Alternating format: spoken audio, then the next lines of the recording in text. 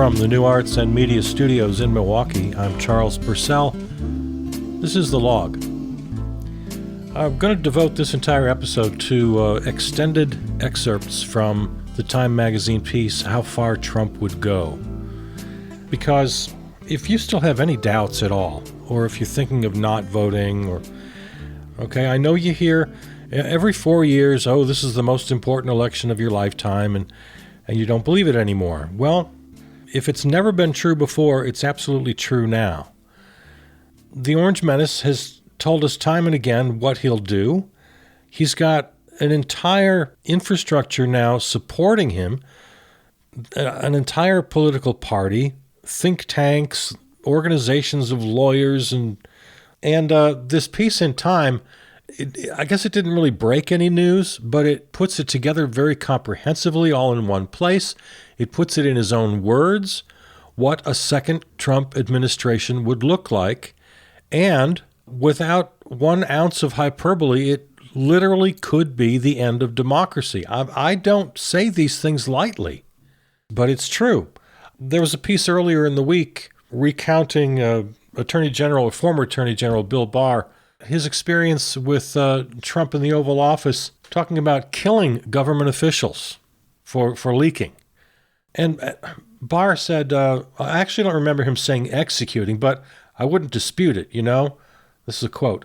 The president would lose his temper and say things like that. He would say things similar to that on occasions to blow off steam, but I wouldn't take them literally every time he did it. At the end of the day, it wouldn't be carried out.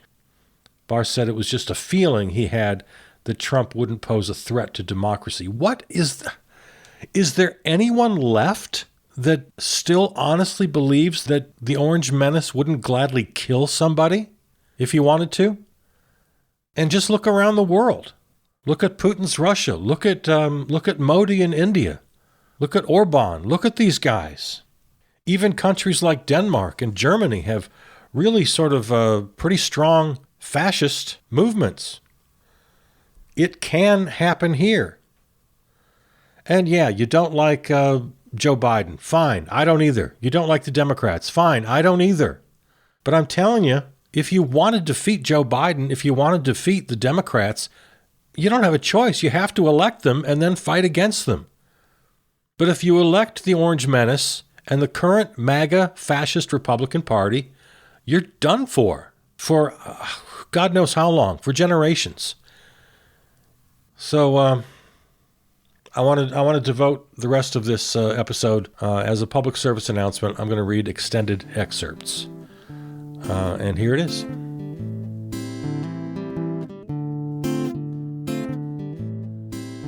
How Far Trump Would Go by Eric Cordelesa, Dateline Palm Beach, Florida, posted April 30, 2024, Time magazine. Donald Trump thinks he's identified a crucial mistake of his first term. He was too nice. We've been talking for more than an hour on April 12 at his fever dream palace in Palm Beach. Aides lurk around the perimeter of a gilded dining room overlooking the manicured lawn. When one nudges me to wrap up the interview, I bring up the many former cabinet officials who refused to endorse Trump this time. Some have publicly warned that he poses a danger to the republic. Why should voters trust you, I ask, when some of the people who observed you most closely do not? As always, Trump punches back, denigrating his former top advisors. But beneath the typical torrent of invective, there is a larger lesson he has taken away. I let them quit because I have a heart. I don't want to embarrass anybody, Trump says. I don't think I'll do that again. From now on, I'll fire. 6 months from the 2024 presidential election, Trump is better positioned to win the White House than at any point in either of his previous campaigns. He leads Joe Biden by slim margins in most polls, including in several of the 7 swing states likely to determine the outcome. But I had not come to ask about the election, the disgrace that followed the last one, or how he has become the first former, and perhaps future, American president to face a criminal trial. I wanted to know what Trump would do if he wins a second term, to hear his vision for the nation, in his own words. What emerged in 2 interviews with Trump and conversations with more than a dozen of his closest advisors and confidants were the outlines of an imperial presidency that would reshape America and its role in the world. To carry out a deportation operation designed to remove more than 11 million people from the country, Trump told me, he would be willing to build migrant detention camps and deploy the U.S. military, both at the border and inland. He would let red states monitor women's pregnancies and prosecute those who violate abortion bans. He would, at his personal discretion, withhold funds appropriated by Congress, according to top advisors.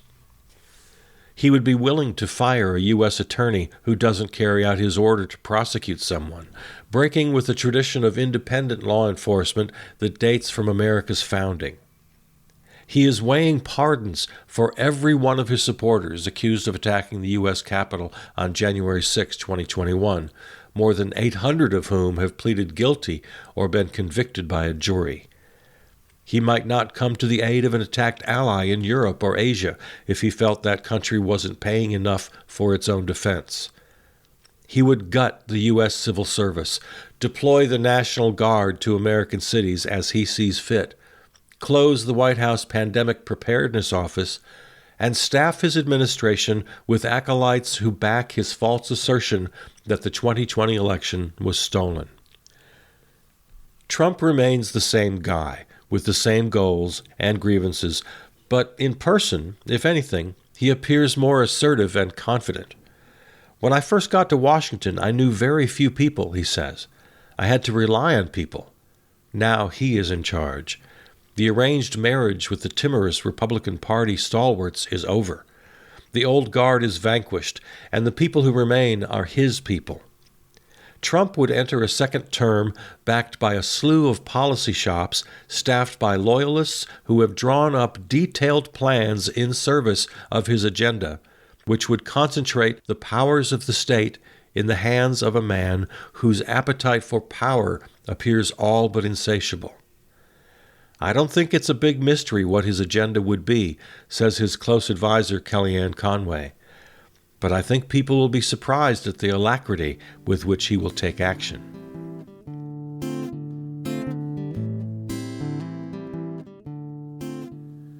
Every election is billed as a national turning point.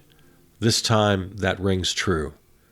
To supporters, the prospect of Trump 2.0, unconstrained and backed by a disciplined movement of true believers, offers revolutionary promise. To much of the rest of the nation and the world, it represents an alarming risk. A second Trump term could bring the end of our democracy, says presidential historian Douglas Brinkley, and the birth of a new kind of authoritarian presidential order. Trump steps onto the patio at Mar-a-Lago near dusk. The well-heeled crowd eating Wagyu steaks and grilled branzino pauses to applaud as he takes his seat. On this gorgeous evening, the club is a MAGA mecca. Billionaire donor Steve Wynn is here. So is Speaker of the House Mike Johnson, who is dining with the former president after a joint press conference proposing legislation to prevent non-citizens from voting. Their voting in federal elections is already illegal and extremely rare, but remains a Trumpian fixation that the embattled speaker appeared happy to co-sign in exchange for the political cover that standing with Trump provides. At the moment, though, Trump's attention is elsewhere. With an index finger, he swipes through an iPad on the table to curate the restaurant's soundtrack.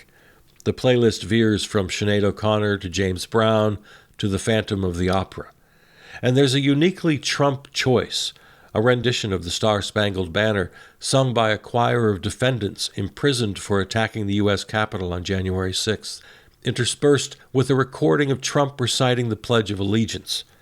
This has become a staple of his rallies, converting the ultimate symbol of national unity into a weapon of factional devotion. The spectacle picks up where his first term left off. The events of January 6, during which a pro-Trump mob attacked the center of American democracy in an effort to subvert the peaceful transfer of power, was a profound stain on his legacy. Trump has sought to recast an insurrectionist riot as an act of patriotism. I call them the J6 Patriots, he says. When I ask whether he would consider pardoning every one of them, he says, yes, absolutely.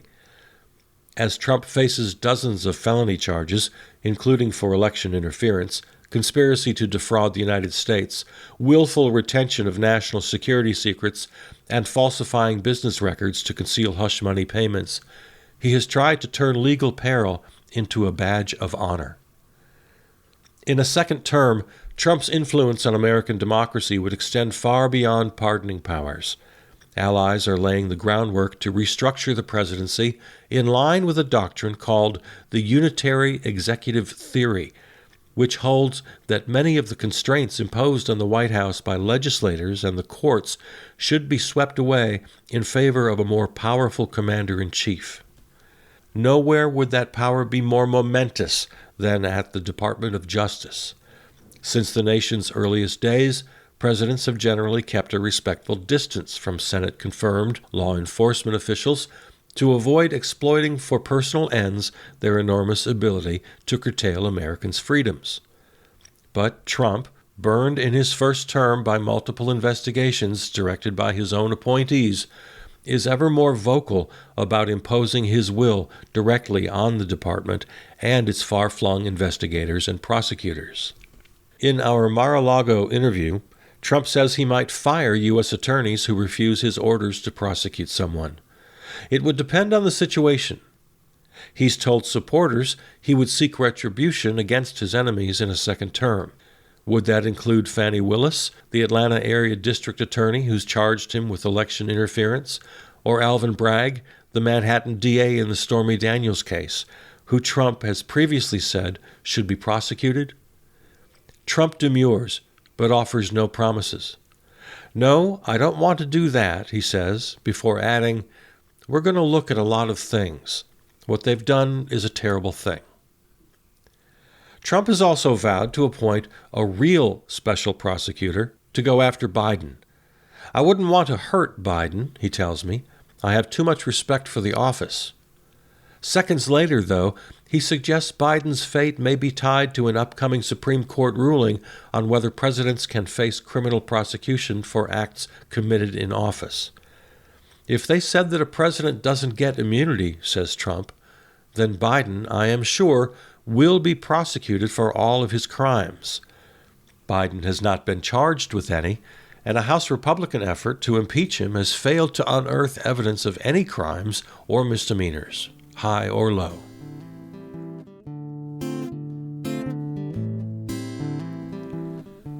Trump's radical designs for presidential power would be felt throughout the country. A main focus is the southern border. Trump says he plans to sign orders to reinstall many of the same policies from his first term, such as the Remain in Mexico program, which requires that non-Mexican asylum seekers be sent south of the border until their court dates, and Title 42, which allows border officials to expel migrants without letting them apply for asylum. Advisors say he plans to cite record border crossings and fentanyl and child trafficking as justification for reimposing the emergency measures. He would direct federal funding to resume construction of the border wall, likely by allocating money from the military budget without congressional approval. The capstone of this program, advisors say, would be a massive deportation operation that would target millions of people. Trump made similar pledges in his first term, but says he plans to be more aggressive in a second. People need to be deported, says Tom Homan, a top Trump advisor and former acting head of Immigration and Customs Enforcement. No one should be off the table. For an operation of that scale, Trump says he would rely mostly on the National Guard to round up and remove undocumented migrants throughout the country. If they weren't able to, then I'd use other parts of the military, he says. When I ask if that means he would override the Posse Comitatus Act, an 1878 law that prohibits the use of military force on civilians, Trump seems unmoved by the weight of the statute. Well, these aren't civilians, he says. These are people that aren't legally in our country. He would also seek help from local police and says he would deny funding for jurisdictions that decline to adopt his policies. There's a possibility that some won't want to participate, Trump says, and they won't partake in the riches. As president, Trump nominated 3 Supreme Court justices who voted to overturn Roe v. Wade, and he claims credit for his role in ending a constitutional right to an abortion. At the same time, he has sought to diffuse a potent campaign issue for the Democrats by saying he wouldn't sign a federal ban. In our interview at Mar-a-Lago, he declines to commit to vetoing any additional federal restrictions if they come to his desk. More than 20 states now have full or partial abortion bans, and Trump says those policies should be left to the states to do what they want, including monitoring women's pregnancies. I think they might do that, he says. When I ask whether he would be comfortable with states prosecuting women for having abortions beyond the point the law permits, he says, "It's irrelevant whether I'm comfortable or not. It's totally irrelevant, because the states are going to make those decisions." President Biden said he would fight state anti-abortion measures in court and with regulation. Trump's allies don't plan to be passive on abortion if he returns to power. The Heritage Foundation has called for enforcement of a 19th century statute that would outlaw the mailing of abortion pills. The Republican Study Committee, the RSC, which includes more than 80% of the House GOP conference, included in its 2025 budget proposal the Life at Conception Act, which says the right to life extends to the moment of fertilization. I asked Trump if he would veto that bill if it came to his desk. "I don't have to do anything about vetoes," Trump says, "because we now have it back in the states."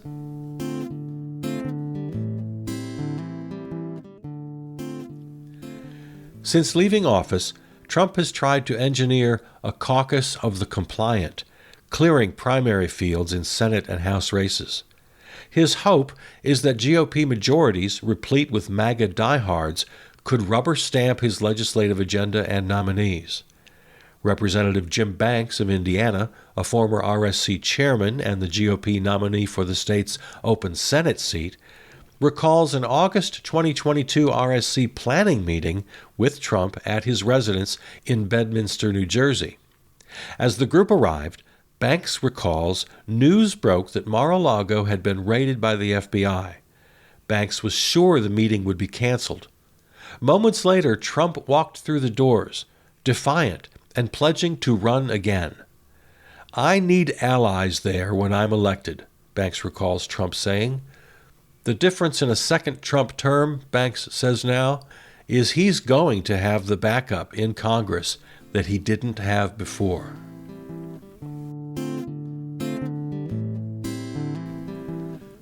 On the campaign trail, Trump uses crime as a cudgel, painting urban America as a savage hellscape, even though violent crime has declined in recent years, with homicides sinking 6% in 2022 and 13% in 2023, according to the FBI. When I point this out, Trump tells me he thinks the data, which is collected by state and local police departments, is rigged. It's a lie, he says. He has pledged to send the National Guard into cities struggling with crime in a second term, possibly without the request of governors, and plans to approve Justice Department grants only to cities that adopt his preferred policing methods like stop and frisk. To critics, Trump's preoccupation with crime is a racial dog whistle. In polls, large numbers of his supporters have expressed the view that anti-white racism now represents a greater problem in the U.S. than the systemic racism that has long afflicted black Americans. When I ask if he agrees, Trump does not dispute this position. There is a definite anti-white feeling in the country, he tells Time, and that can't be allowed either. In a second term, advisors say, a Trump administration would rescind Biden's executive orders designed to boost diversity and racial equity. Trump's ability to campaign for the White House in the midst of an unprecedented criminal trial is the product of a more professional campaign operation that has avoided the infighting that plagued past versions.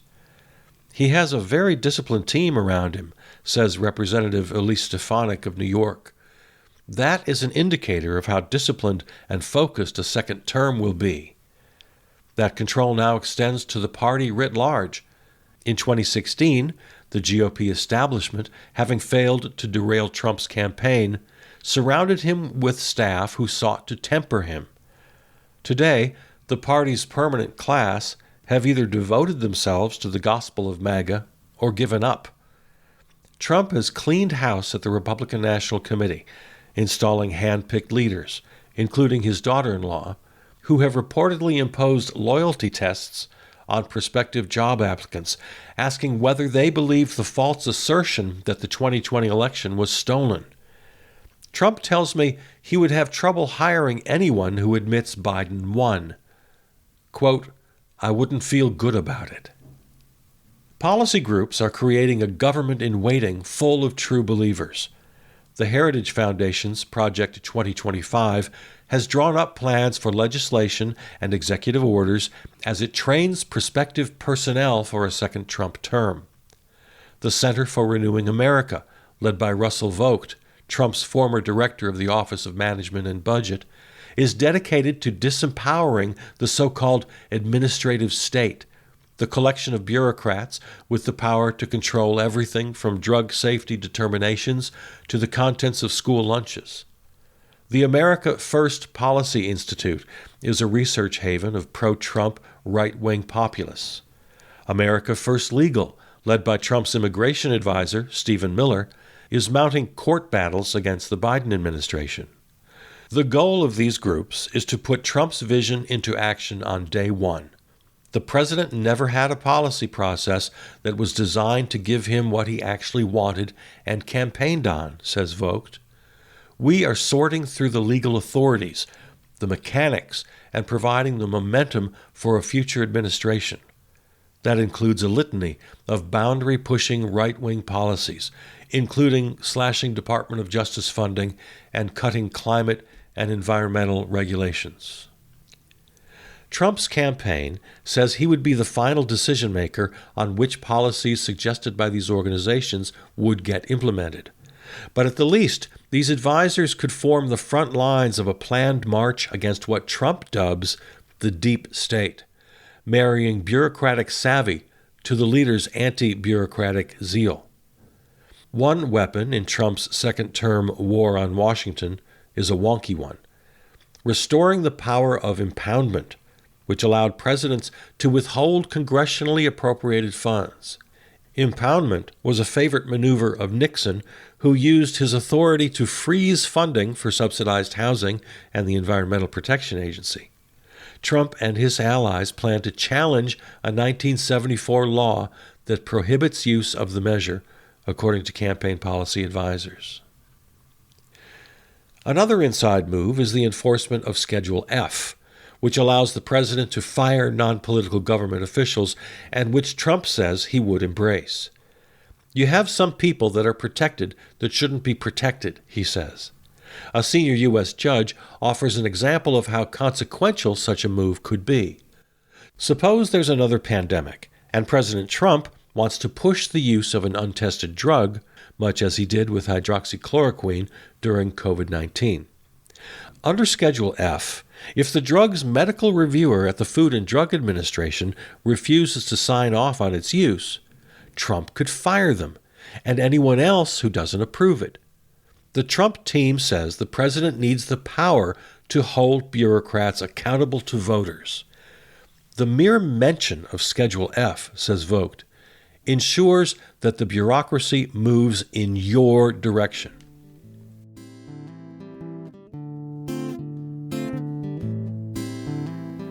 His policy preoccupations are clear and consistent. If Trump is able to carry out a fraction of his goals, the impact could prove as transformative as any presidency in more than a century. He's in full war mode, says his former advisor and occasional confidant, Stephen Bannon. Trump's sense of the state of the country is quite apocalyptic, Bannon says. That's where Trump's heart is. That's where his obsession is. These obsessions could once again push the nation to the brink of crisis. Trump does not dismiss the possibility of political violence around the election. If we don't win, it depends, he tells Time. It always depends on the fairness of the election. When I ask what he meant when he baselessly claimed on Truth Social that a stolen election, quote, allows for the termination of all rules, regulations, and articles, even those found in the Constitution, Trump responded by denying he had said it. He then complained about the Biden-inspired court cases he faces in New York and suggested that the fascists in America's government were its greatest threat. I think the enemy from within, in many cases, is much more dangerous for our country than the outside enemies of China, Russia, and various others, he tells me. Toward the end of our conversation at Mar-a-Lago, I asked Trump to explain another troubling comment he made, that he wants to be dictator for a day. It came during a Fox News town hall with Sean Hannity, who gave Trump an opportunity to allay concerns that he would abuse power in office or seek retribution against political opponents. Trump said he would not be a dictator, except for day one, he added. I want to close the border, and I want to drill, drill, drill. Trump says that the remark was said in fun, in jest, sarcastically. He compares it to an infamous moment from the 2016 campaign when he encouraged the Russians to hack and leak Hillary Clinton's emails. In Trump's mind, the media sensationalized those remarks too. But the Russians weren't joking. Among many other efforts to influence the core exercise of American democracy that year, they hacked the Democratic National Committee's servers and disseminated its emails through WikiLeaks. Whether or not he was kidding about bringing a tyrannical end to our 248-year experiment in democracy, I ask him, don't you see why many Americans see such talk of dictatorship as contrary to our most cherished principles? Trump says, no, quite the opposite. He insists, I think a lot of people like it.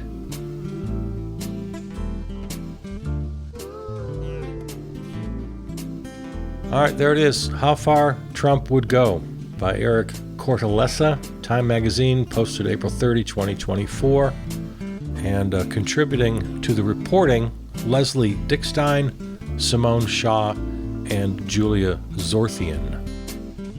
All right, so thanks for listening. This episode of The Log is available right now wherever you find your podcasts. Just search for Charles Purcell, or go to the website, charlespurcell.com, for the full archive and all the other series. Follow me on Facebook. Write to me at charlespurcell@gmail. Thanks to our flagship terrestrial station, River West Radio, riverwestradio.com. Theme music composed and performed by Peter Donalds. All right, have a good week.